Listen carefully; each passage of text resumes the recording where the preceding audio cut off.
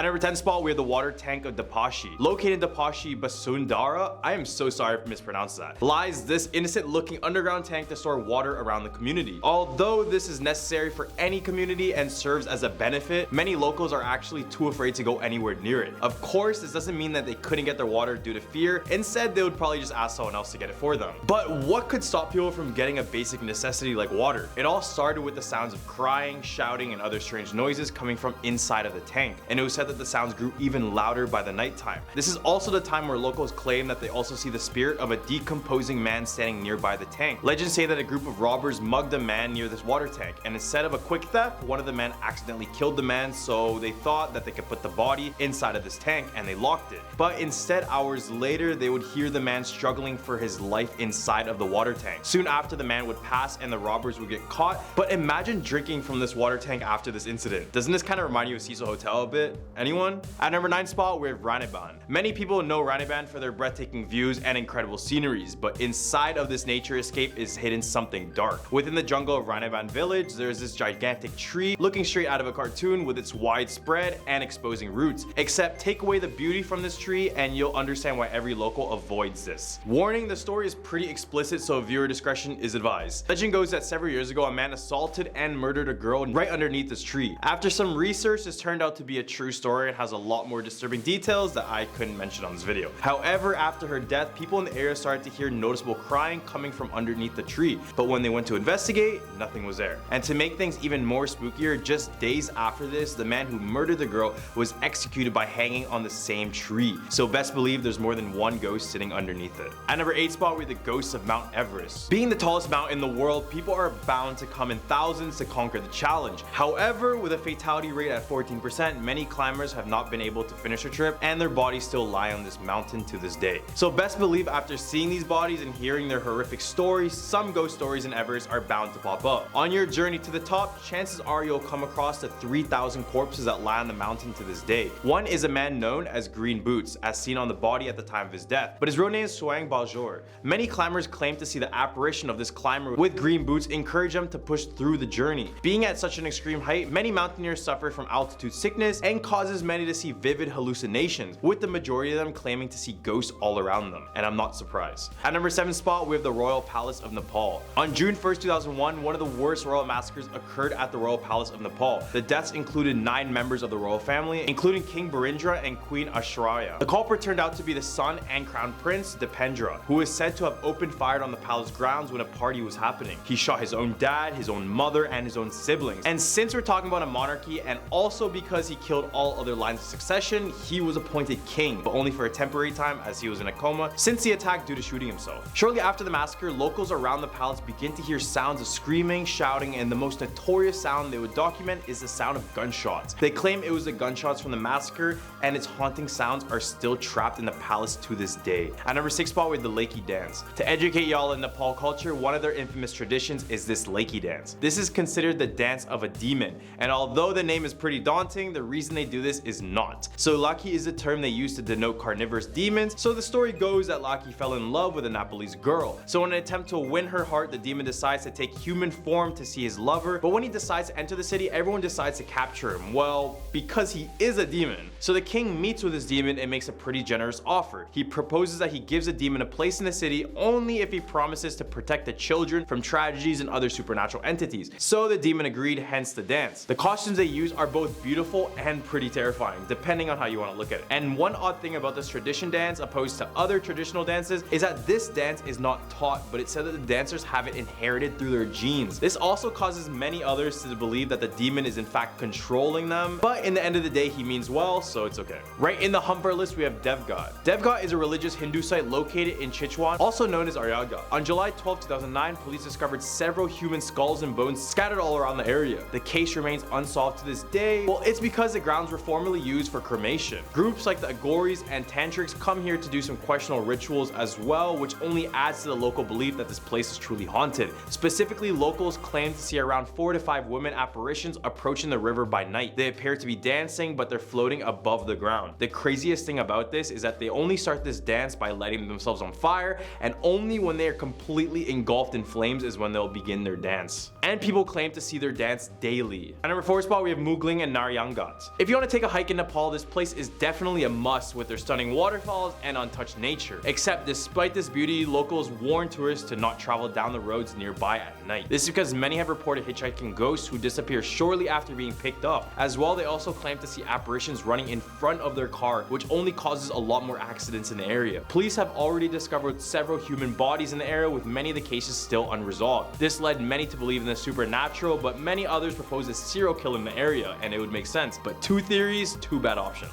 In the past, the towns around the highway were just deserted fishing regions, which was a dangerous place for crime and violence. The spirits found on the highway were said to be tortured souls whose remains might lie unattended in the woods still. At number 3 spot, we have the Kia. A Kia is translated into a ghostly figure, but ghosts in Nepal are seen as something different than we see in the Western world. In Nepal, it's widely believed that every house contains a Kia and their backstory. Like any ghost, these Kia can either be good or they can be bad. The good will obviously protect the family, the home, and your luck, but the bad ones will do everything in their power to destroy your family and ultimately every single one of your lives. You'll know if you've seen a Kia because they are pretty distinct. They appear as a slender skeleton, so in a way they act as a poltergeist because you can see them the whole time instead of them just being invisible like any other ghost. It's believed they like to pull pranks like throwing objects around the house and throwing blankets off of you, and in some cases they will try to scare the family so bad that they will choose to leave the house completely, leaving the Kia all alone in the house. Although you can see this ghost, the majority of people will never actually know if they have a Kia in their place, and only you'll know if you fetch it out and seek one. Maybe you'll have one, but who knows. At number 2 spot with the Bokshi. Nepal legend says that witchcraft is widely practiced in remote areas in Nepal, except at this time their witch description was far from accurate. Basically, any woman who had something bad to say or raised her voice at the patriarchy would be considered a witch or a Bokshi. The problem with Bokshi is that it has become so extreme that women are being murdered in the name of this specific ritual and are forced to become a ghost, where they will be lost and seen roaming around the streets looking for answers. Even to this day, people are getting accused of being witches. Am I being confused, or am I in the Salem witch trial still? Because why are people still believing in this stuff? Just for excuse to execute women. I will never get it, and good for girls for haunting the streets for this one, because this one is kind of reasonable in my opinion. At number 1 spot, we have the Sundarijal. Located nearby Kathmandu is a river that is nowhere near your regular rivers back at home. Back in the day, up until now, the river has been mainly used as a source of drinking water, but the fact many locals claim that the river is haunted has led many people to avoid a necessity like water. The river runs through a rainforest, which is said to have restless souls hidden inside of it. As well, many have said that even touching the river can lead to your doom. Witnesses have seen locals and visitors reaching the river's edge only to tumble over and drown shortly after, and for some statistics, at least one person loses their life in this very river every single year. Now, as the years go by, the body count begins to rise up, causing more and more restless spirits. It could almost be said that this river is the closest thing to nature's own human sacrifice. At number 10 spot, we have the Krasu. Can't lie, when I first looked at this creature, I didn't know what to think. The Krasu is found and talked about all over Southeast Asia, including Thailand. It appears as a beautiful young woman, except it's missing a significant amount of body parts. The Krasu is only made up of a head with her internal organs hanging down from her neck. So as you would imagine, probably the most terrifying thing to see in real life. In Thailand legend, it said a Khmer princess became a Krasu after she was executed by burning, all because she tried to marry a person of lower status. So before the execution, the princess hired a sorceress to cast a spell on her, except the fire had already burned her entire body except for her head, which is why the Krasu appears the way it does. The spell was so powerful, however, it gave her new life, except only in this terrifying form.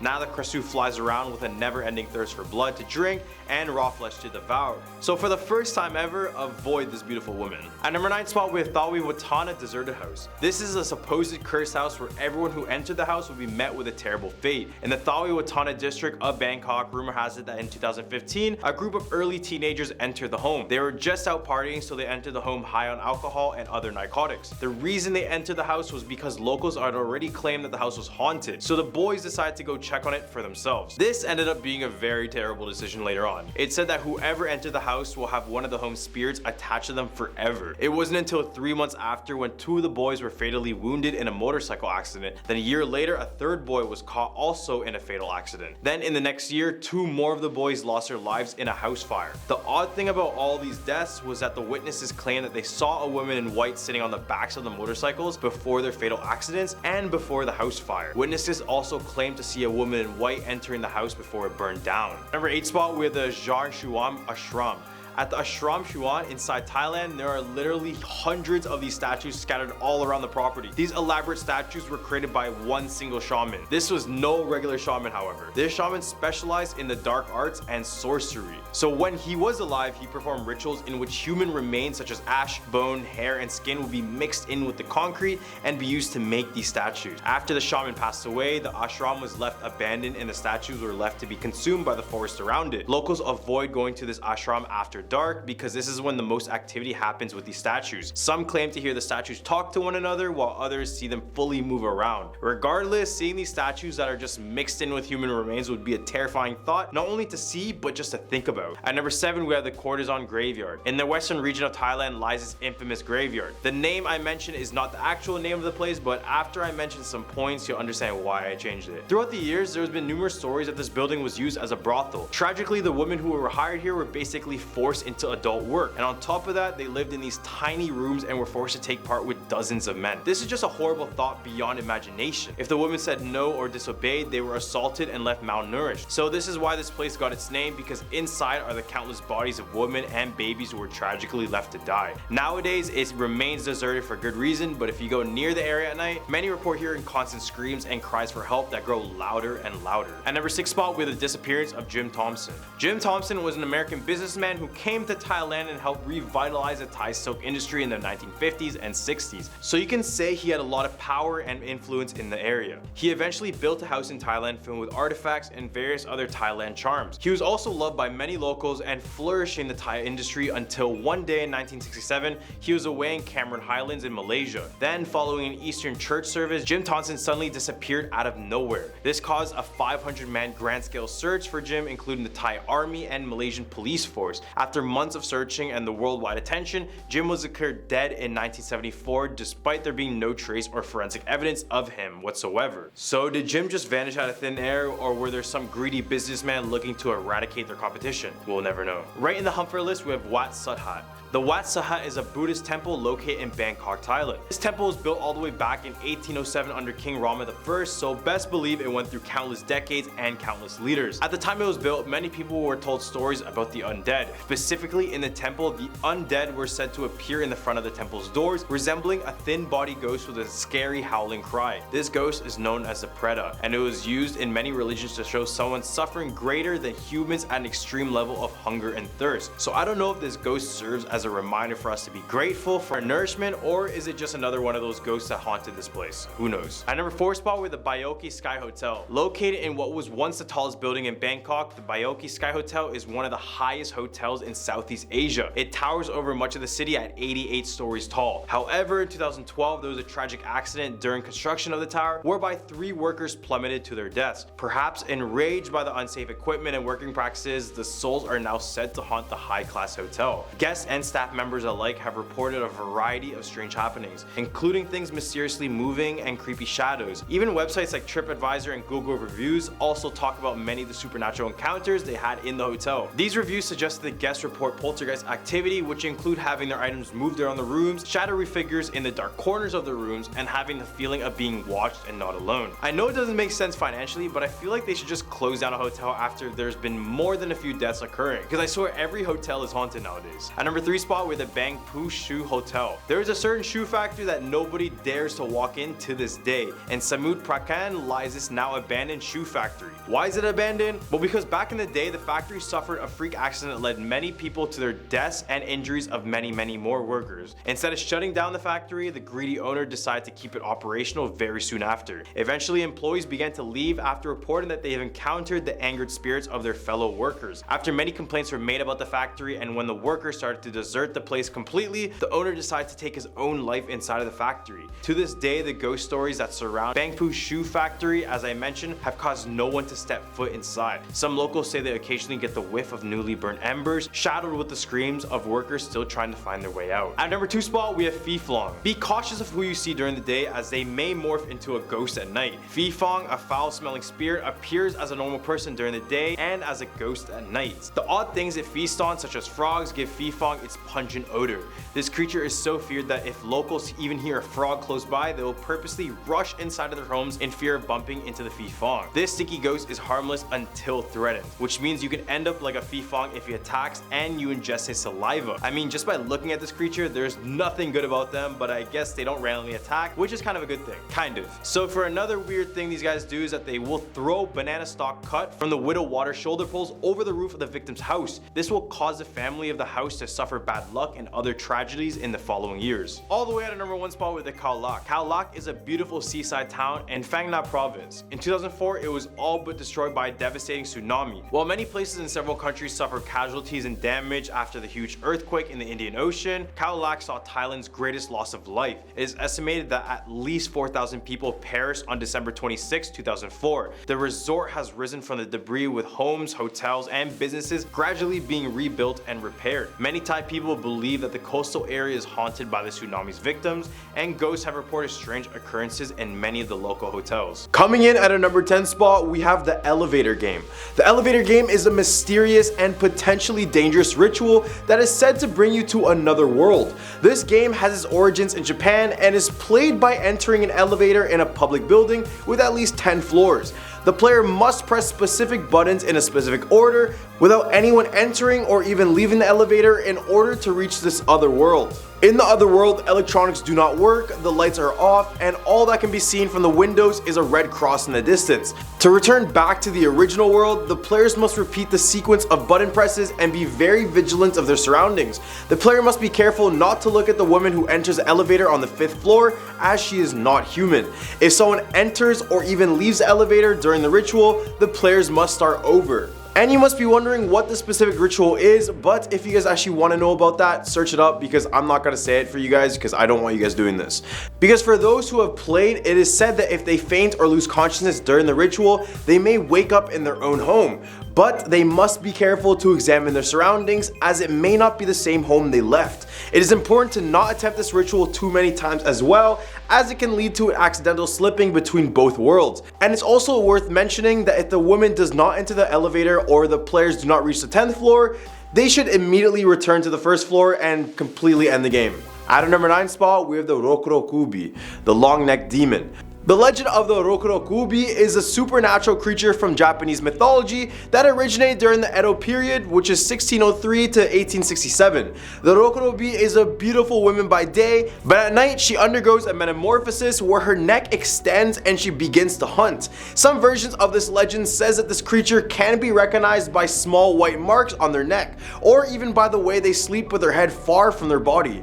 But in reality, when I see photos of this, all I can think is, if they got a long neck, they're probably this creature. According to folklore, however, there are different explanations for the origin of this creature. Some believe they were once Buddhists who broke the religion's principles and were then cursed as punishment, while other people see the transformation as a supernatural expression of the person's desires. There are also legends that suggest they are Oni, which are these Japanese demons seeking revenge or even simply just playing tricks on humans.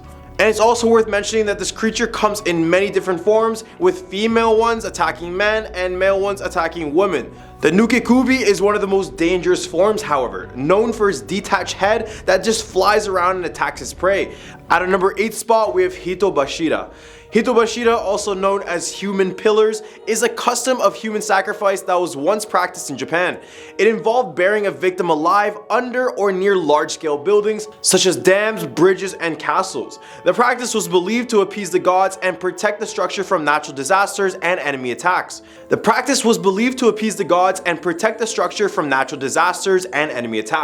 tradition of human sacrifice in Japan dates back to the construction of aristocratic tombs in ancient times. The use of human pillars persisted in various parts of Japan until the 16th century. Legend has it that the Maruoka Castle, one of the oldest surviving castles in Japan, was built with the help of a human pillar named Oshizu. When the stone wall of the castle kept collapsing, a vassal suggested the use of a human sacrifice, Oshizu, who is this one-eyed woman living in poverty who volunteered to even become this human pillar in the first place. But she did this under one condition, and that one condition being that one of her sons was turned into a samurai.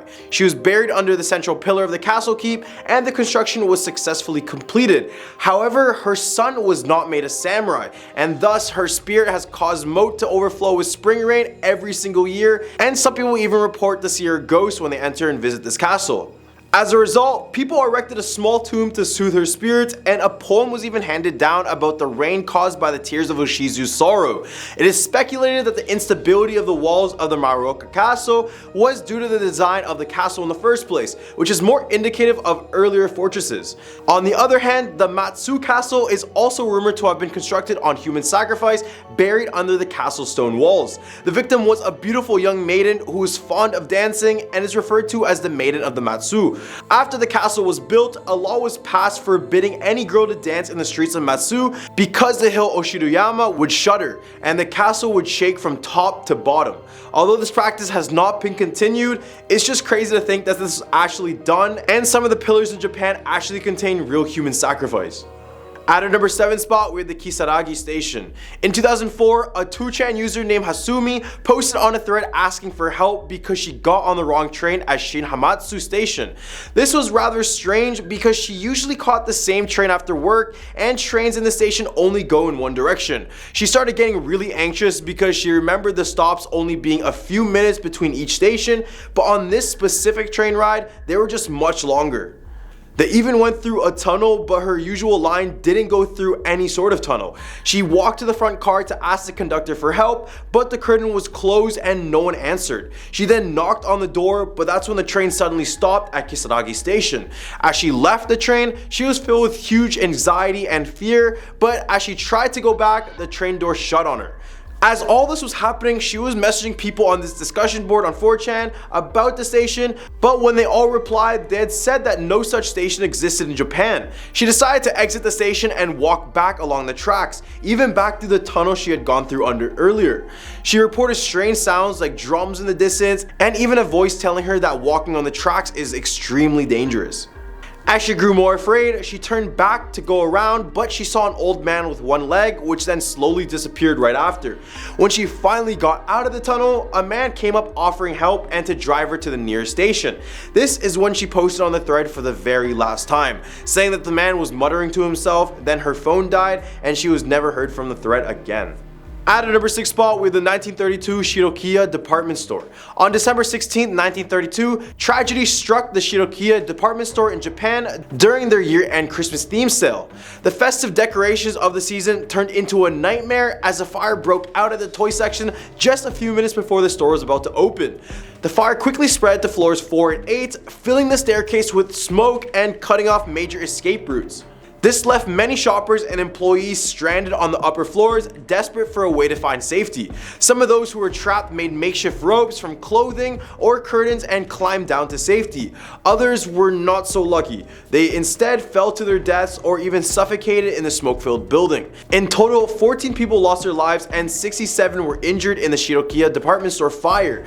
In the aftermath of the fire, stories and legends began to circulate about the tragedy. One particularly interesting legend relates to the traditional dress of the saleswomen in the store. At the time, it was customary for women who wore traditional kimonos to go without panties. According to this urban legend, some of the saleswomen in kimonos who were trapped on the upper floors chose not to jump the safety nets that had been set up below because they were just ashamed to not be seen below without underwear. While there is no real proof that this legend actually existed, it is said to have led on to an increase in the popularity of Western style panties in Japan, which is both odd and kind of terrifying at the same time. I don't know what to think. In the hub for our list, we have the ghost taxi passengers. After the devastating 3/11 earthquake and tsunami that hit the northeastern Japan coast, sightings of yurei or ghosts have increased drastically in cities like Ishinomaki in Miyagi Prefecture. As these spirits have not been properly put to rest, some may have not even been aware that they are dead and are often searching for a way home. As a result, taxi drivers all over this place have long been subject to ghostly encounters in the form of passengers trying to go home or to a very specific place. This has almost become a norm for taxi drivers around Japan to be asked if they had ever had a ghostly passenger before. Tohoku Gaon University conducted a study called the Awakened Spiritual Earthquake Studies that involved interviews with more than 100 Ishinomaki taxi drivers who had supernatural encounters. Many drivers reported picking up passengers who seemed to be wet or wearing winter coats in the summer, months after the disaster in the cold months of March.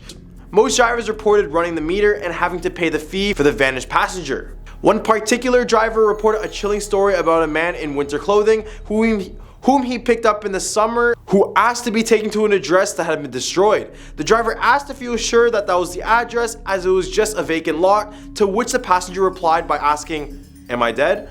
Number 4, the Red Room Curse. The Red Room Curse is a Japanese urban legend that originated from an interactive Adobe Flash horror animation uploaded to GeoCities in the late 1990s. The legend tells the story of a pop-up ad that appears on the victim's computer screen, displaying a black text that reads, "Do you like?" on a red background. After trying to close the pop-up, it reappears with a new message that reads, "Do you like the Red Room?" before the screen just turns completely red, displaying a list of names of the Red Room victims. This is when the victim senses a mysterious presence behind them before losing consciousness and later being found dead in a room with blood-painted walls. The legend gained notoriety in 2004 when a 12-year-old schoolgirl was murdered by an 11-year-old classmate known as Girl A in Sasebo. It was reported that Girl A was a fan of the Red Room Curse animation and had the video bookmarked on her computer at the time of her death. And of course, this incident led to widespread discussion and fear for this curse. Then in 2016, a short film titled The Red Room Curse was released and was inspired by this urban legend, of course. The film brings the legend to life and is sure to give anyone who watches it a chilling experience. So if you guys kind of want to know what this Red Room is about, watch this film because it'll give you all the insights. Number 3, the Ushi-Oni. The world of Japanese mythology is full of terrifying creatures, but none are quite as fearsome as the Ushi-Oni, also known as the Ox Demon. This class of monster is found near bodies of water and is known for its savage and cruel nature. Although there are different types of Ushi-Oni, they all share similar traits that make them unmistakable. Perhaps the most terrifying thing about these monsters is their insatiable appetite for human flesh.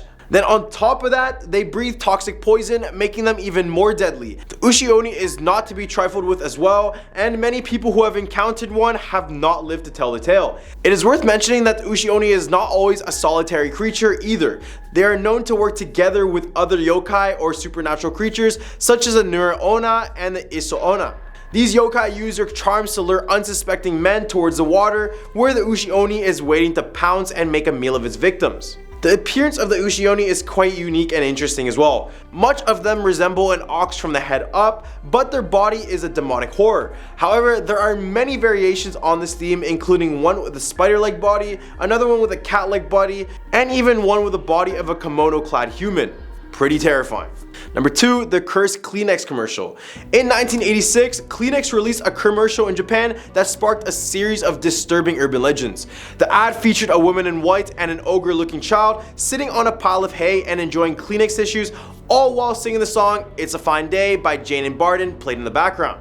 Almost instantly after the commercial was aired, TV stations and Kleenex corporate allegedly began receiving complaints about the ad, with many people finding unsettling.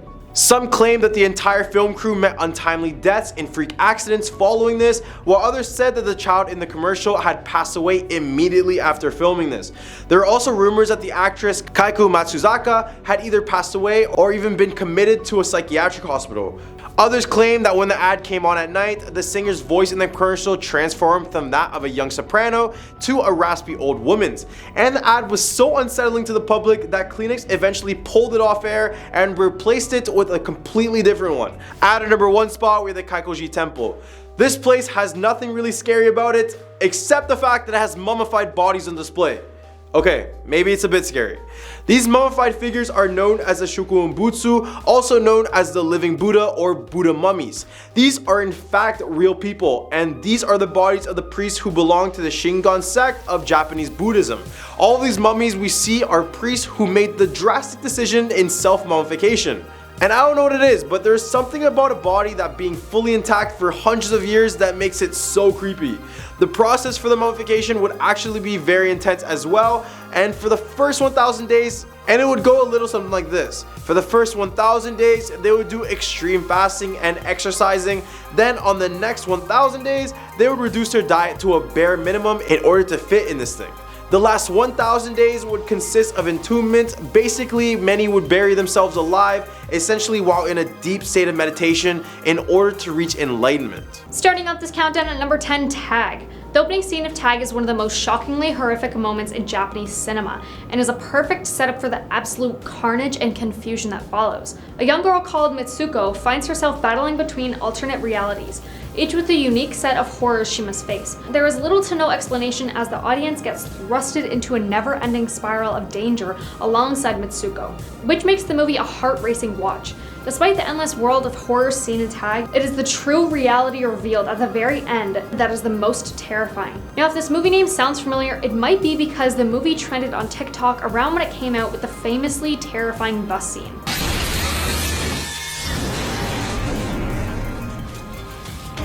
We can unfortunately only show a short clip because it's from a movie, but does that scene not just give you goosebumps? Like, holy, talk about intense. Now at number 9, The Ghost of the Hunchback. Hajime Sato's 1965 Toei movie Hayden Samushi Atoko goes by several names in the West: The Ghost of the Hunchback, House of Terrors, and Satan's Pit. Regardless, they are all the same terrifying movie. The Ghost of the Hunchback is about a hunchbacked caretaker who presides over a forlorn mansion inhabited by the ghost of his previous masters. An unbelieving trio, a doctor, his assistant, and his niece, fail to heed the caretaker's warnings and are slaughtered horribly by the jealous occupants.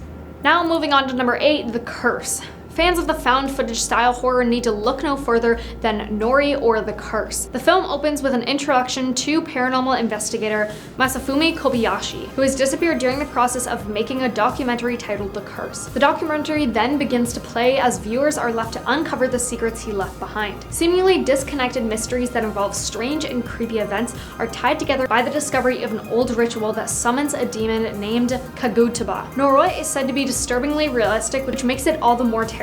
I found out the movie is free to watch on YouTube, but that's if you dare to watch this horrifying film.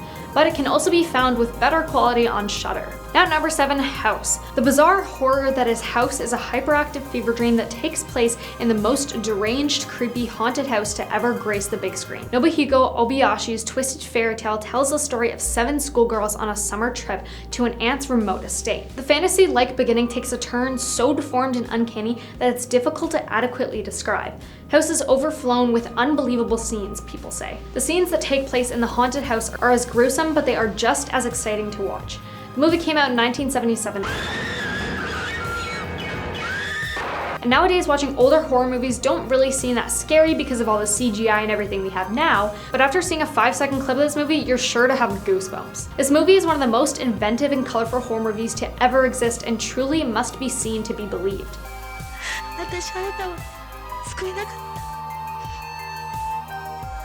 Now at number 6, Sadeko vs. Keiko. Yes, the vengeful ghosts of Ring and The Grudge are iconic, but if you've ever wondered which ghost is stronger, well, here's a movie that brings them together for the ultimate face-off and answers just that. We follow Natsumi, a woman who watches Sadeko's cursed videotape and realizes it's only a matter of time before Sadeko kills her. She tries to save herself by pinning Sadeko against Keiko, a malevolent spirit who resides in a haunted house, hoping they would kill each other and end the curse. The film takes the best parts of the two movies' antagonists and blends them together, capturing the dread and hostility perfectly. And funny enough, the movie seems very similar to Ring. Well, based on the trailer, that is, because I haven't seen the movie, but after seeing the spooky trailer, I might just have to give it a watch. It's creepy and fun and totally worth the watch, and the movie can be found on Amazon Prime, YouTube, and Shudder.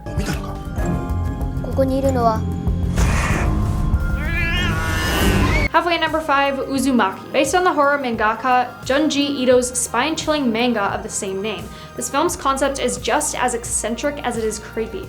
It's about a cursed town whose inhabitants are haunted by ominous spirals that drive the townspeople mad, and sometimes to the point where they take their own life. Our protagonists race to break the curse, but can it really be stopped? The strengths here are the ghastly body horror, the lack of standard backstory, lending to the sense of hopelessness, and the nightmarish, surreal imagery. A man crawls into a washing machine, people turn into snails, and your fingertips have spirals. Even the sky is cursed with spiral-like clouds. This is certainly not a town I'd personally want to live in, and based on the trailer, it looks very freaky and cryptic looking.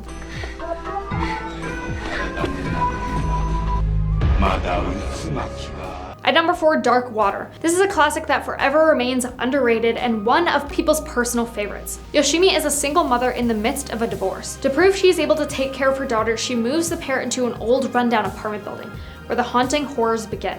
A dripping leak forms on the ceiling, black here appears in the tap water, and an extremely creepy child ghost. It's chilling with a touching mother-daughter relationship at its heart, but don't let that fool you because this movie is truly terrifying. And fun fact, this is based on a novel by Koji Suzuki, who is also the author of the Ring novels, and was directed by Hideo Nakata, who also directed the unbelievably famous and scary movie Ring. Some even say it's Japan's saddest horror movie. Here at number 3, Corpse Party. The movie Corpse Party is based on the horror video game series of the same name. There's also an anime and manga too. It's set in a haunted school and is incredibly dark and blood-curdling, which is right up the alley for most big horror fans. It has everything: blood, gore, mystery, and ghosts. A group of high school students perform a charm called Sachiko Ever After to ensure they'll remain friends forever. Instead, they find themselves transported to a haunted elementary school with resentful spirits, and Sachiko herself, who's actually the psychopathic ghost of a little girl in a red dress. There's also an equally freaky sequel called Corpse Party Book of Shadows.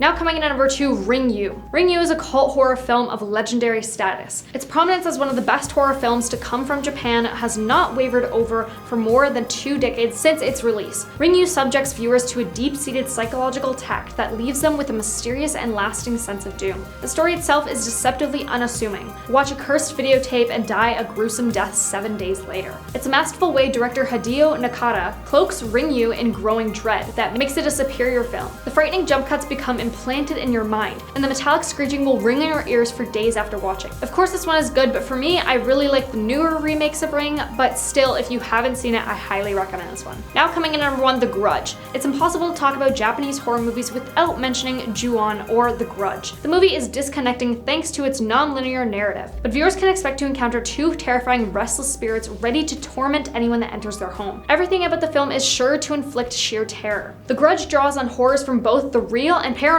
since the terrible crimes committed become the cause of the restlessly horrifying supernatural events. The creeping sense of a foreboding that builds throughout the movie lingers well after watching. I chose to put this at number 1 because I'm a big horror fan, but most horror movies don't actually scare me. But this one actually kept me up at night. I swear all I could hear when I tried to fall asleep was that creepy noise.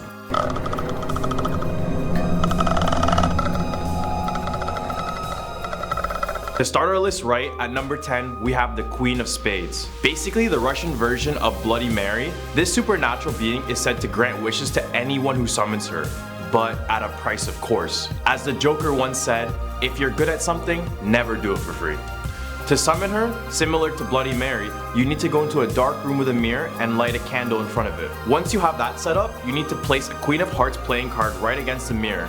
Then, taking lipstick, you need to draw a door with some stairs on the mirror. Now in front of the mirror, you need to clear your mind and close your eyes and say, Queen of Spades, come, 3 times. While you're saying her name, visualize the Queen of Spades opening the door and walking the stairs from the lipstick drawing. This part is where many report hearing evil laughter just before they encounter the Queen of Spades. Once she appears to you, you need to hold your candle and say your wish out loud. Once you're done, blow out your candle. If not, her spirit may come out of the mirror and stay in our world.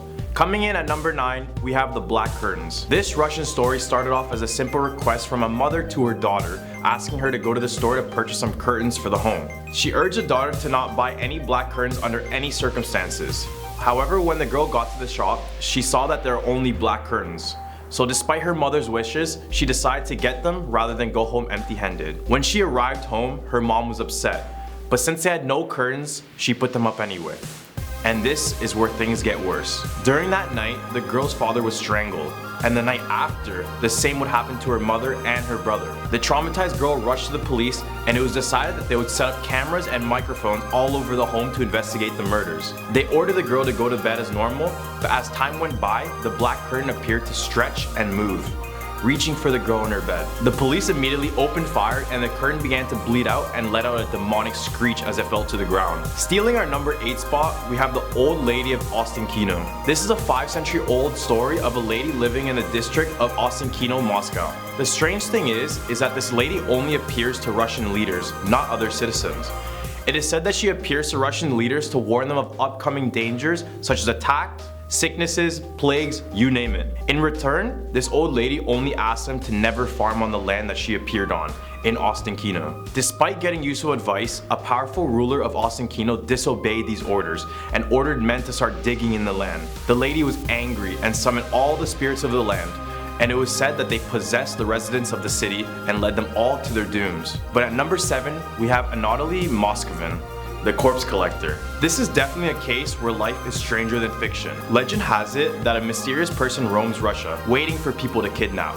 He then kills them, preserves them, then puts their mummified bodies on display. It's a horror story fit for nightmares. This mysterious person was later found and arrested, going by the name of Anatoly Moskvin. He was reported to have killed 29 women, would mummify them, and would turn them into large dolls. His parents even thought they were large regular dolls. Anatoly was no stranger to the cemetery and had visited with his friends on multiple occasions. Here is where they said he discovered his sinister hobby. He even claimed that he was empathetic to the corpses, as his sole purpose was to bring them back alive. Securing our number 6 spot, we have the domovoi. The domovoi is a house spirit in Slavic folklore.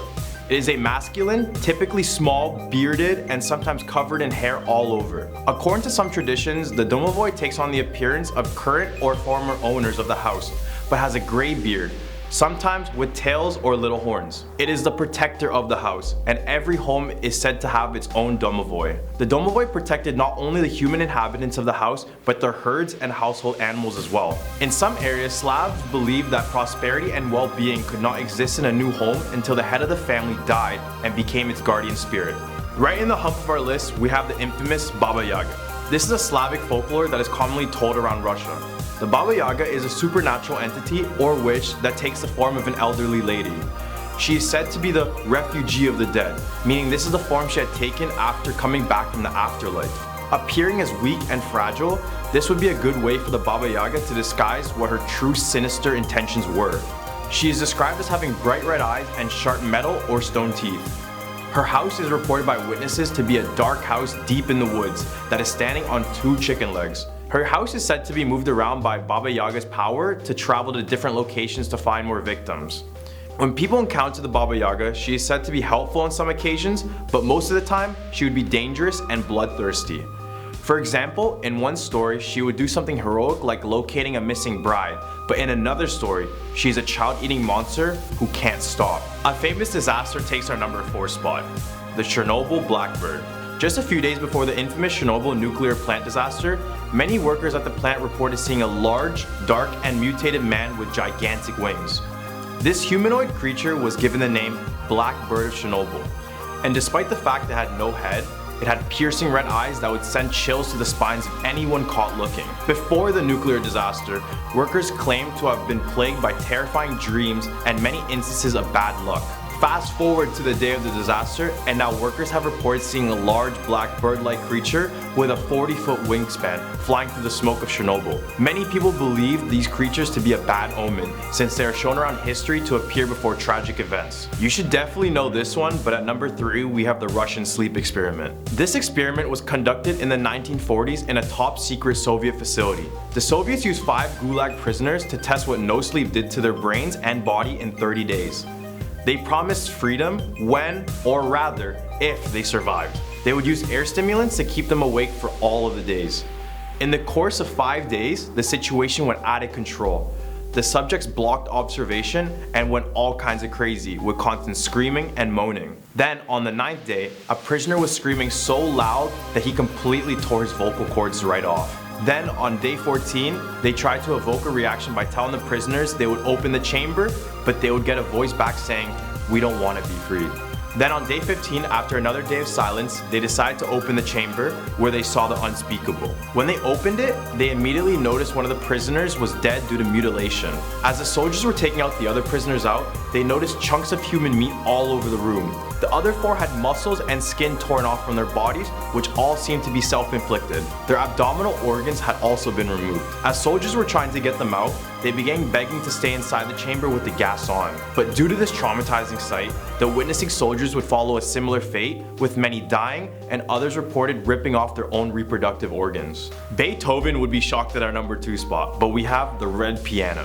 This story begins when these parents bought a red piano for their daughter, who had all kinds of desire to finally play on one. Once she had started playing, she couldn't stop. Just like a young Beethoven, after hours of playing, her fingers would begin to hurt. Her parents relieved her by telling her that it was normal and that's just part of the learning process. When she went back to play the piano a few days later, she found that the piano was broken. The parents asked the lady to fix it, but oddly, she asked everyone to exit the room to ensure that there were no distractions. After it was fixed, the girl played once again but would fall ill after a while of playing on it. Then, the piano broke again, with the pair having to call the same lady to fix. Due to the curiosity of how she fixed it, the parents decided to peep through the keyhole of the room to see what she was doing. The lady was found opening the piano, pulling out a jar of blood and drinking it. When the police inspected the piano, it was discovered that the piano had tiny needles on the keys, so every time the daughter played, she was really getting drained of her own blood. Taking our number 1 spot of our list, we have the Chapayoskos. Once there was a couple, Elena and Alexei, who worked at a chemical plant. Their love for each other was very strong. However, one day before their wedding, an accident occurred. Alexei was at the chemical plant when a chemical fire bursted out of nowhere, eventually making the whole plant explode. Unfortunately for her, it was too late to escape, and he passed away in the fire along with one other co-worker. Upon hearing the devastating news, Elena, with no intentions to live anymore, threw herself in front of a train. Eyewitnesses said that she wore a white gown before jumping on the track, which was the same outfit that her grandmother gave her for the wedding. She was later buried in the municipal cemetery, and now people who decide to visit their loved ones at the cemetery report seeing Elena in her white gown strolling through the grounds. Apparently, her ghost is still looking for her loved one Alexei. At number 10, we have the cursed poem, or Tamino's Hell. Published by Japanese poet Seijo Yasu, it said that one of his poems named Tamino's Hell is cursed and could kill or haunt people if read out loud. So just not to die, I'll be playing it safe and I'll just show you the poem rather than reading it. Yeah. In 1974, Japanese filmmaker Terayama Suji directed a movie based on Tamino's Hell. He ended up passing away in 1983. This is where people first believed the movie was cursed, since the poem was used and read in the movie. As time went by, people began forgetting about the incident, but then in 2004, one Japanese writer published a book based on the poem, saying, "If you by chance happen to read this poem out loud, after you will suffer from a terrible fate which cannot be escaped." It said that even hearing someone say the poem out loud could lead your life into disaster or even death. So let's read it out loud. I'm just kidding, everyone relax. Nowadays this poem is feared internationally, but for those who remain skeptical, come on, give it a read. At number 9, we have Hitori Kakarembo, solo hide and seek. The name directly translates to one man hide and seek, and as for the name suggests, it's a game where one person plays hide and seek. The instructions are thorough, so bear with me. Here's what you need to play. A stuffed toy with arms and legs, a red thread and a needle, rice, nail clippers, a box cutter, and a cup of salt water. The process is kind of complicated, so bear with me. To start, make sure you're home alone. Cut open the toy and take out the stuffings, replacing with rice and fingernail clippings. Sew it back with some red thread. Give the toy a name and be sure it's not your own. Then go find yourself a hiding place like a closet and place your saltwater cup in there. After that, go to the bathroom and fill your tub with just enough water to submerge the doll. Now you just have to wait until 3 a.m. When the time hits, go to the bathroom, look at the toy, and say, "You're it." Count to 10 and then go back to the bathroom, pick up the toy, and say, "I found you," 3 times. Easy, right? As you're in the bathroom, stab the toy and put it back in the water. Tell the stuffed animal, "You'll be it." Now it's your turn to hide where you left a glass of salt water. At this point of the game is where things get a bit creepier. People report hearing voices, footsteps, and the TV may turn on and off. Wait a bit until it's complete silence again. Take a sip of the water and hold it in your mouth and bring the cup with you as you look around for the toy. At this point, the toy is no longer in the bathroom, so you need to search the whole house for it. Do not leave the house, do not turn off the lights, and keep everything locked, and be sure to finish the game under 2 hours or the spirit will become too powerful to stop. When you finally find the toy, spit the water out, pour the rest of the cup on the animal, then say, "I won," 3 times. Finally, be sure to burn the toy within 1 to 2 days. I don't know what would compel someone to play hide and seek alone, but there are the instructions. Sealing our number 8 spot, we have Gasha Dokuru. The Gasha Dokuru, or giant starving skeleton, is a rageful, mythical Japanese yokai that is said to be 15 times the size of a normal human, which could be around 90 feet tall. Shaq? This entity is born where there's a large amount of human bodies, whether it be a mass grave or a battlefield. This is where these spirits become angry due to the fact that they can't get proper burials. This usually happens from events such as a war, a famine, or plagues. Then the bones of these angry spirits form together, creating this one large skeleton. Despite their large stature, they still manage to sneak up on humans.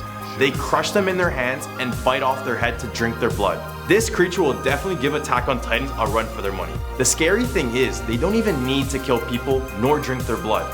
They simply just enjoy doing it. They usually roam around midnight using the darkness as their cover. The only way you would know one is near you is from the sounds of bones rattling or strange ringing. Since Japan has less wars and plagues, these creatures have not been spotted. But when it does, I wonder how much Gashadokuru will rise. Showing that even our bathroom stalls aren't safe, at number 7 we have Akamanto. Think twice before using certain bathrooms in Japan, as you might run into Akamanto. Akamanto is a spirit in Japan that is said to appear to people in bathroom stalls. Usually the last stall of all stalls. And definitely be sure you have toilet paper in your stall, because that's how Akamanto gets his cue to enter. He's described as wearing a long red cloak with a mask to cover his face. He'll give you a choice between red and blue paper, and your answer will decide your fate. If you choose a red paper, he will cut your throat, causing all of your clothes to turn into a bright crimson color. However, the other option is not any better. If you choose the blue paper, he will strangle you, making your face turn blue. So you basically have zero chance, because if you try to pick another color that he doesn't offer, he will kidnap you and bring you to his lair where it's unknown what he'll do to you. So is there any way to make it out alive? Well, the best way to answer Akamanto is to simply say, "I do not need paper," and he will leave you alone. Hey, I know you'll be stuck with no toilet paper, but at least you won't die. At least that's a good trade. The number 6 spot, we have Teke Teke. Teke Teke is a story of a woman named Kashima Raiku who lived in the city of Hokkaido, Japan. One night as she was waiting on the Meishin Expressway, a group of men decided to beat her up and leave her on the floor, barely conscious. With her little strength, Raiku would frantically call out for help. But since it was so late at the night, there was nobody around. After coming to the realization that no one was going to help, she began crawling her way back home. As she was crawling, she noticed that she was on a train track and got struck by an oncoming train. The train ended up severing her body in half. Legend says that she is still crawling with only half of her body while making the sounds of teke teke. Right in the hump of our list, we have the Kisaragi Station. In 2004, a 2chan user named Hasumi posted on a thread asking for help because she got on the wrong train at the Shin Hamamatsu station. This was rather strange because she usually caught the same train after work, and trains in this station only go in one direction. She started getting anxious because she remembered the stops only being a few minutes between each station. But on this train, they were much longer. They even went through a tunnel, but her usual line didn't go through any sort of tunnel. She walked to the front of the car to ask the conductor for help, but the curtain was closed and no one answered. She then knocked on the door, but that's when the train suddenly stopped at Kisaragi Station. As she left the train, she was filled with anxiety and fear. But as she tried to go back, the train's door shut on her. She told the other users on the discussion board of the station, but they had all said that there was no such station located in Japan. She decided to exit the station and walk back along the tracks, even back through the tunnel she had gone under before. She reported hearing strange sounds like drums in the distance and a voice telling her that walking on the tracks is dangerous. As she grew more afraid, she turned back to see an old man with one leg, which then slowly disappeared right after. When she finally got out of the tunnel, a man came up offering for help and to drive her to the nearest station. This is when she posted on the thread for the last time, saying that the man was muttering to himself, then her phone died. She was never heard on the thread again. Chilling at our number 4 spot, we have Peko-chan. Peko-chan is the mascot of the Milky Candies, but her story is more sour than sweet. The story goes that Peko-chan was actually based on a young girl who passed away during the 1940s. The legend goes that during World War II, there was a huge food shortage in Japan.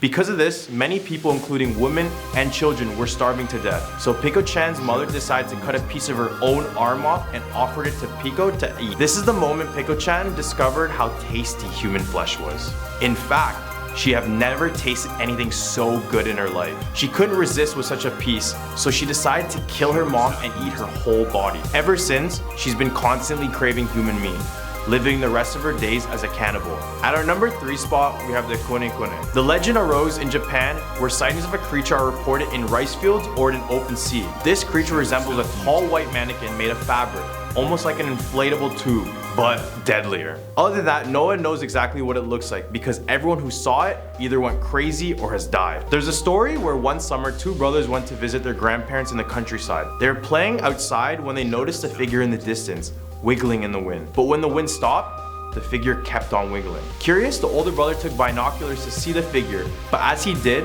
he stopped breathing and turned blue with sweat running down his whole body. The younger brother asked what he saw, and the older brother responded that it's better not to know. But the voice that came out was not the brother's. Later that day, the older brother was found laughing uncontrollably, wiggling in the fields. All the way at our number 2 spot, we have Honeona. In Japanese mythology, the Honeona, or the Bone Woman, is a spirit whose face, hands, and neck appear to be that of a young, attractive female. However, the rest of her body bears no flesh at all.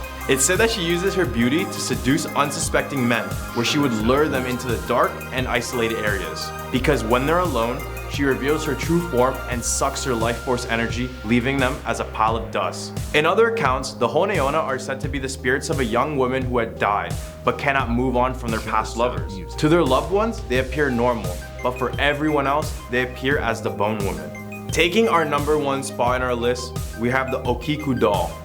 Let me start this off by saying that this haunted doll is worse than Chucky. This story starts in 1918 Japan. Older brother Aikaichi Suzuki bought a doll for his 2-year-old sister Okiku.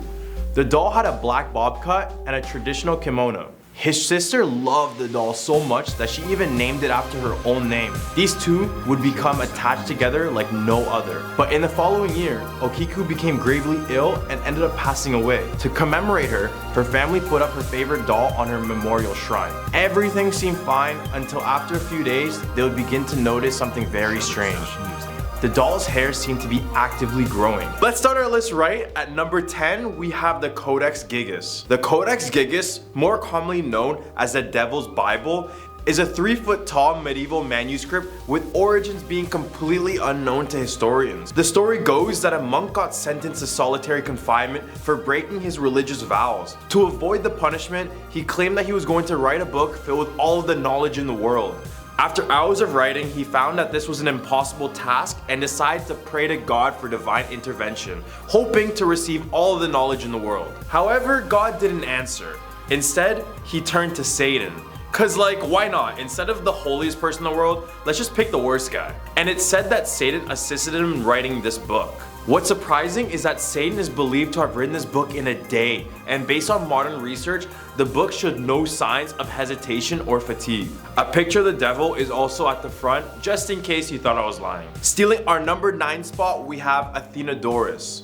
Around 50 BC, Roman writer and politician Pliny the Younger tells a story about a chained up ghost. There is a house in Athens, Greece that has a rather unfortunate past. Former residents would often report hearing sounds of metal chains, and as the sounds drew as close as they could, a ghost of an old man with a skinny appearance would appear with chains bound to his hands and his feet. After its abandonment, it would be put up for sale and bought by a philosopher named Athenodorus. Despite hearing about the horrific past, he did what anyone with a death wish would do. He bought the house. On the first night, he began to hear noises of metal clanking, similar to that of the metal chains. He tried his best to ignore, but the sound just grew louder and louder. And he began to see the exact apparition that was described to him previously. The ghost gestured to follow it and led the philosopher to a specific location in the courtyard of the house. The ghost stops and Athenodorus realizes that the ghost is suddenly trying to communicate something. The ghost then vanishes. So Athenodorus marks the spot and orders some men to dig up the area, which revealed a pile of bones with metal chains attached. He ordered a proper burial and the ghost never appeared again. Haunting the number 8 spot, we have the Ghost Tablet. A tablet made in Babylon around 1500 BC is supposedly the earliest known representation of a ghost. The clay tablet shows a handcuffed bearded spirit getting guided into the afterlife by a potential lover or a friend. It was originally hard to see any form of drawing on the tablet until researchers put it under a lamp which clearly illustrated the ghostly depiction. At our number 7 spot, we have Petronius' werewolf. Roman author Petronius wrote one of the earliest werewolf stories in history. The story goes that one day a man named Niceros was planning to do a nighttime trip to his girlfriend. The full moon was in full effect that night, and as he set off, a Roman soldier decided to ask if he could accompany him during the trip. Niceros would agree. However, as they kept walking, they would reach a point where the soldier needed to take a bathroom break. He would do so on a tombstone, all while taking his clothes off and putting them in a pile. Confused by his actions, Niceros began to keep a close eye on the soldier. Then, all of a sudden, the soldier shapeshifted into a wolf, disappearing into the woods. Niceros was stunned, but ended up investigating the soldier's clothes, and to his surprise, they had all turned to hard stone. This one is a little bit brutal, but a Viking blood eagle takes our number 6 spot. Vikings are known for their skill as warriors, but they're also remembered for their creative, brutal execution methods. The method, however, was so brutal that many historians believed it to be a myth, or perhaps a way to strike fear into their enemies. The unlucky man will be laid face down and tied up, and then an axe or a sword was used to cut sections of the back from the spine. The spine would be pulled out accordingly to reveal a set of quote-unquote wings. The term blood eagle refers to the part when the victim's lungs would be stretched onto the wings, all while the victim was breathing, giving the effect of fluttering wings. Right in the hunt for a list, we have Telepolemus. The story is of a man named Thrasyllus who murders his best friend Telepolemus while they're on a hunting trip together, because he fell in love with Telemopolis' wife. The spirit of Telemopolis would then appear in his wife's dreams, telling her that he was murdered by Thrasyllus, asking to be avenged. And guess what happened immediately after the murder? Thrasyllus, being the type of guy he is, asked if he could court his wife, but ended up getting hard decline due to her grieving process. This is when Telepolemus' wife sees the opportunity to avenge her husband. She decides to invite him over, and while he's over, she offers him wine laced with drugs, eventually making him unconscious. This is where it kind of gets gory, so kids, just close your eyes. Knowing that death is too easy of a punishment, she decides to blind him using her hairpins. Down at number 4, we have the human swine of Empress Lu. During the Tang Dynasty, otherwise known as China's Golden Age, Liu Bang, the first emperor, was about to run into a huge problem. His wife, Empress Lu, was a confident person, with many people finding her admirable, including those in office. Unfortunately, Liu Bang was already having an affair with another woman named Lady Qi. Originally, the son of Empress Lu would become the next emperor. However, due to his love for another woman, he wanted Lady Qi to birth the next emperor. Empress Lu became enraged with full intention to get back at this cheating emperor. Despite the emperor's plan to change his heir, Empress Lu's son would become the next emperor. Ready to get revenge on her husband and fearful of being overthrown, Empress Lu decided to poison the son of Lady Qi, and if that wasn't enough, Empress Lu would proceed to cut off Lady Qi's hands and her feet, causing her to pass away slowly. At our number 3 spot, we have the odd Bagon pipes. Located in Tibet, this is said to be a construction site of an alien civilization 1500 years ago. Paranormal enthusiasts call this area an out-of-place artifact, meaning that the context of its location is unusual. The Bagon pipes are actually embedded into the mount itself, and it's actually impossible to do this with even modern technology. On top of the mound, it's a pyramid-shaped outcropping, and if you enter the salt caves below, you would find the Bagon pipes also embedded in the caves as well as in the mountains. This one could be the death of all of us, but at number 2 we have the nine-tailed fox. Legend says that the nine-tailed fox would often appear throughout different points of ancient history in the form of various women, but after a long hiatus, it would reappear for the final time in Japan by the name of Tamamomo no Mei. This disguised woman would be the most favored courtesan of Emperor Toba. The nine-tailed fox would disguise as a very beautiful and intelligent woman, but would also be a master hypnotist and a manipulator. Her doom came after her intentions to take over Japan and kill the emperor. She would instead be defeated, and her spirit was said to be trapped in a boulder called Seshuoseki, or the Killing Stone. Taking our number 1 spot, we have the Black Sarcophagus. Archaeologists dug up an ancient black sarcophagus in Alexandria, Egypt, dating around 300 BC. Upon discovery, they had become very wary of the possibility that the sarcophagus could be cursed. Instead, inside were the remains of 3 skeletons, ancient etched drawings, and ancient sewage water, making this a perfect gift basket for the devil. There are many drawings of poisonous and venomous creatures all around the sarcophagus, making many to believe that these are warning signs to just keep away. And guess what they did? Scientists went through every single bone, but had to stop multiple times due to the terrible odor. Starting off this countdown at number 10, the Singapore Stone.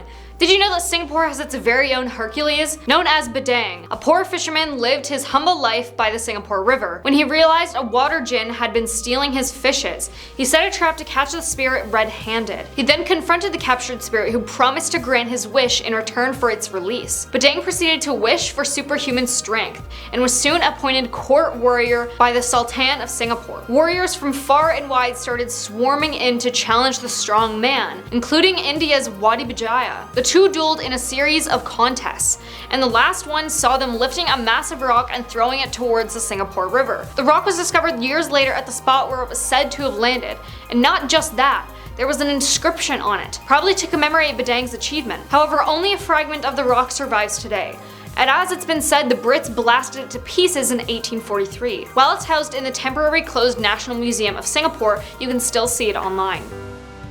Barely a meter wide, the Singapore Stone is a fragment of a large sandstone slab that once stood at the mouth of the Singapore River. Blown up in 1843 to widen the passageway of the river mouth, this fragment is believed to be over 1,000 years old. Number 9. Red Hill. Red Hill has a bloody tale behind its name. As strange as it sounds, it all started with a swordfish infestation, where the sea creatures attacked unsuspected villagers and fishermen by the shore. An idea came out of using banana tree trunks as a barricade to trap the swordfishes. He brought this up to the Sultan, who granted permission to proceed. The brilliant plan worked, earning him the respect and admiration of the villagers, but not the Sultan, who soon became envious of the attention. Out of jealousy, he ordered his men to rid the boy, even taking his life by any means necessary. And so they did. The poor boy's blood flowed down the hill where he lived, staining it blood red. And so that's how it's said it's got its name. Number 8. Kusu Island. An island with an interesting backstory is Kusu Island, also known as a sacred site. The island is home to a Chinese temple and 3 Malay shrines. But do you know where it gets its name from? Kusu means turtle in Hokkien, and legend has it that a giant turtle transformed into the island to save stranded sailors and fishermen, victims of the stormy weather. The sailors and fishermen returned the following year and the year after with offerings to show their gratitude. From then on, people head down on the 9th month of the lunar calendar to pay their respects. Number 7. Radin Ma. Radin Ma is the name of the area between Teluk Bangla, Bukit Permi, and Jalan Bukit Merah. Sorry if I mispronounced any of that. As well as a couple of known landmarks around the city. It's also the name of a Javanese princess, Radin Ma Ayu. Her father was a warrior prince, her mother was a commoner, and their marriage was condemned by the Sultan. One day, while the warrior prince was away on an expedition, the Sultan ordered his men to burn their house down, killing his wife. Radin, however, was saved by a loyal servant. Upon his return, the devastated warrior prince left the Javanese kingdom for Temasek with his baby daughter. Soon after their arrival, the Sultan of Temasek arranged for the warrior prince to marry his daughter. Similar to the tale of Cinderella, Radin's new stepmother wasn't a big fan of hers. The plot thickens when the adult Radin was to marry her stepmother's nephew, whom she refused. Not liking her decision, he attacked her main man in life, her father. In an attempt to save him, Radin was hurt in the process, receiving a stab in the heart. It's said that her body is laid to rest at the foot of Mount Faber, where there's a shrine in respect of her loyalty. Number 6. Island of Death. Plau Mati, or Island of Death, was a former name of Sentosa. While no one knows exactly just how the island got its morbid name, it's been said that the island was once a place of piracy and bloodshed.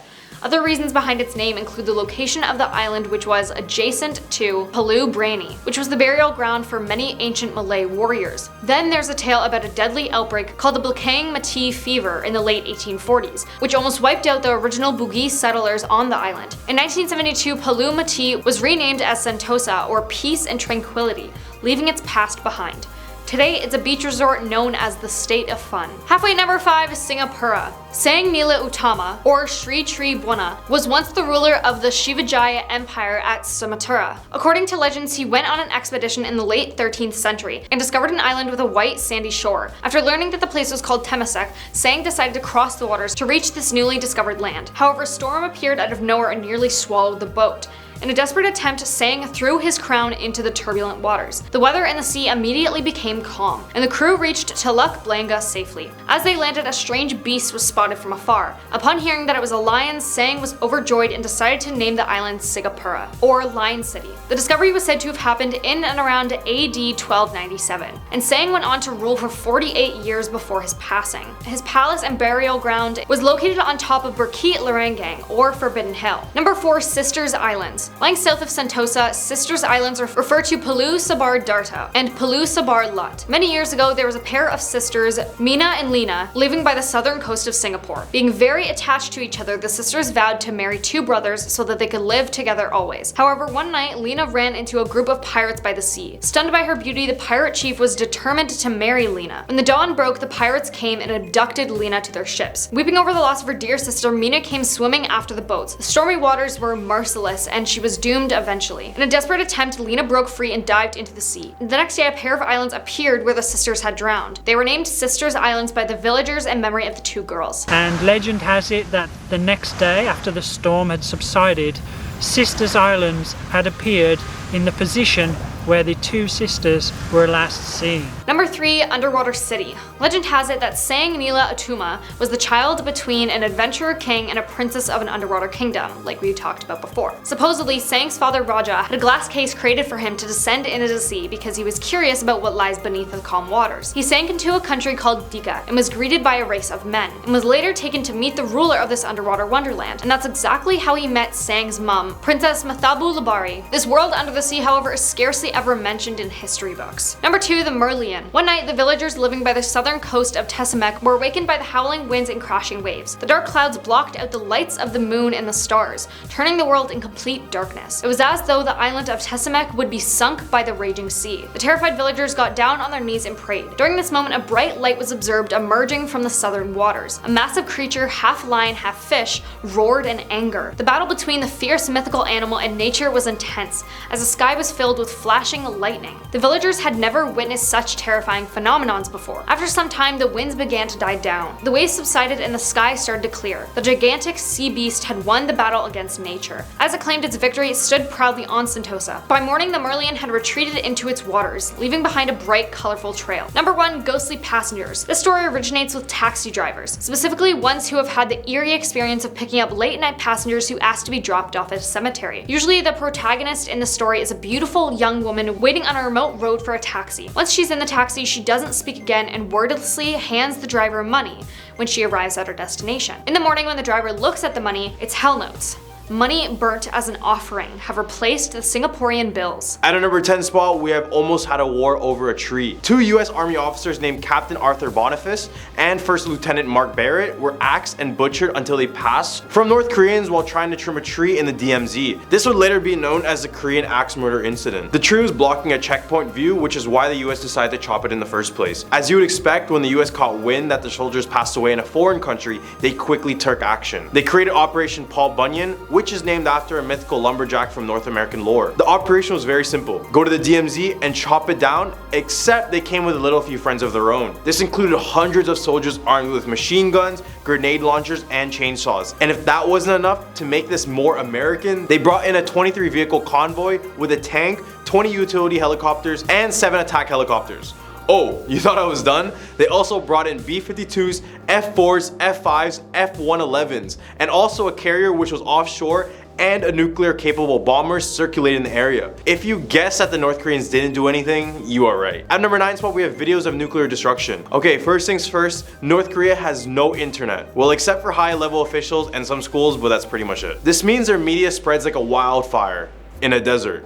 The only thing that did catch fire is when North Korea featured a video simulation of a nuclear missile striking with what appears to be somewhere in the United States, as you can see the flag burning by the end of the video. This video was unveiled during a military parade marking the 105th birthday of Kim Il-sung. This video caused a lot of controversies, especially when it came at a time when the tensions were super high between the US and the Hermit State. For reference, this was in 2017, and by that time North Korea had done a ton of missile testing, and to make things more worrisome, North Korea test launched a suspected intercontinental ballistic missile into the sea this year. At number 8 spot, we have a betrayal at the death camps. North Korea is known for their cruel punishment and their horrendous living conditions. Put these two together and you have some of the worst death camps in the world. Just to give you a little bit of what happens on the inside, many of the prisoners were kept to the brink of starvation. They are forced to do physical demanding labor for hours, torture, subject to chemical experimentation, and sometimes prisoners would be randomly executed, sometimes because the guard didn't like them. One specific story from the Mirror has Shin Dong-hyuk.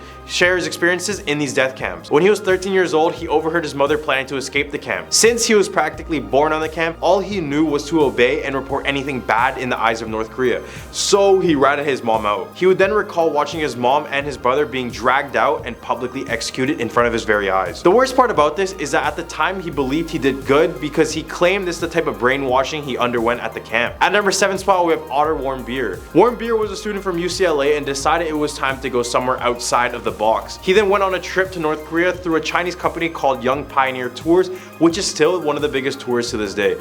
In the hotel he was staying at, there was a forbidden floor, but he went there anyway and stole a political poster off the wall.